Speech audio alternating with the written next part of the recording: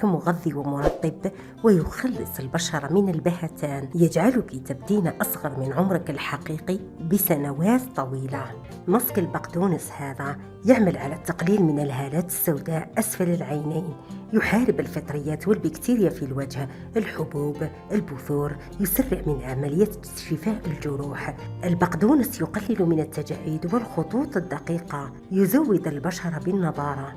البقدونس غني بمضادات الأكسدة والفيتامين سي الذي يعزز بناء الكولاجين في الجسم والبشرة. ومن فوائد البقدونس للبشرة أنه يقلل من التجاعيد والخطوط الدقيقة، ينتج الكولاجين بشكل رهيب، أنه غني بمضادات الأكسدة. نقوم بتقطيع البقدونس إلى قطع صغيرة ونضعه في الخلاط الكهربائي. نضيف إلى هذا المزيج كوب كبير من الماء أو كوبين.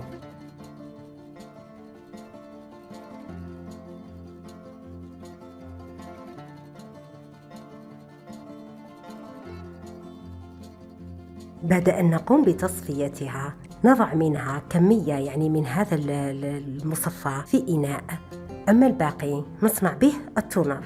نضع هذا المصفى الموجود في الإناء جانباً، ونبدأ أولاً بصنع التونر الخاص بالبشرة. لصنع هذا التونر نضع جزء منه نصف قنينة من هذا المحلول، ونصف الباقي نضيف له ماء الورد. استعملي هذا المحلول المصنوع من خليط مصفى البقدونس مع ماء الورد. خذي القنينة قبل الاستعمال وطبقيه كتونر للبشرة يوميا. رشي به البشرة واتركيه يجف، ومسحي البشرة بعد ذلك بقطنة مبللة بالماء البارد. استعملي هذا التونر يوميا للبشرة صباحا ومساء إذا أردت. يصلح للاستعمال ل3 أيام، وبعدها اصنعي كمية جديدة. سننتقل الآن إلى طريقة صنع كريم البقدونس المعالج لمشاكل البشرة والمصفي للوجه والمكافح للشيخوخة، يجعلك تظهرين أقل من عمرك الحقيقي بسنوات طويلة. يعالج حتى الهالات السوداء. من جهة أخرى نضيف ملعقة من النشا أو ملعقتين إلى هذا المزيج. نخلط هذا المزيج وهو بارد هكذا. نطبخه على نار قليلة حتى نتحصل على، ومع التحريك المستمر طبعا، حتى نتحصل على قوام كريمي. بعد أن يصبح بهذا القوام نستمر في التحريك حتى يبرد. نضيف لها ملعقتين كبيرتين من زيت جوز الهند أو زيت الزيتون أو زيت اللوز، أو اختاري أي نوع من الزيوت التي تناسب نوع بشرتك. ملعقتين كبيرتين.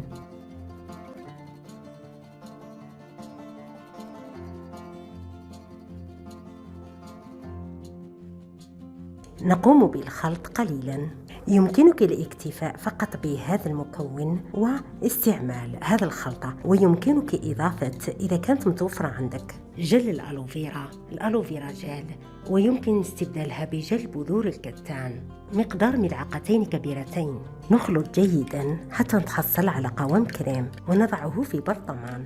نظفي البشرة جيدا وأزيلي منها المكياج، ثم طبقي هذا الكريم على كل الوجه، ويمكنك تطبيقه حتى على دائرة العينين والرقبة. اتركيه يستريح في البشرة لمدة نصف ساعة 30 دقيقة، ثم قومي بإزالته بقطنة مبللة بالماء الفاتر.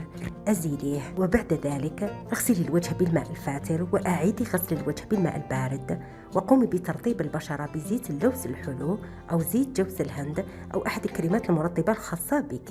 الكريم هذا صالح للاستعمال لأسبوع. ضعيه في الثلاجة، اقفليه جيدا لكي لا يتسرب الهواء إليه، وطبقيه يوميا. يعتبر كريم رائع يشد البشرة ويخلصها من التجاعيد. ماسك يقفل المسام ويصفي البشرة، يزيل الشوائب من الوجه والتجاعيد، يكافح الشيخوخة، يجعلك تبدين أصغر من سنك الحقيقي ب20 سنة و10 سنوات، بسنوات طويلة.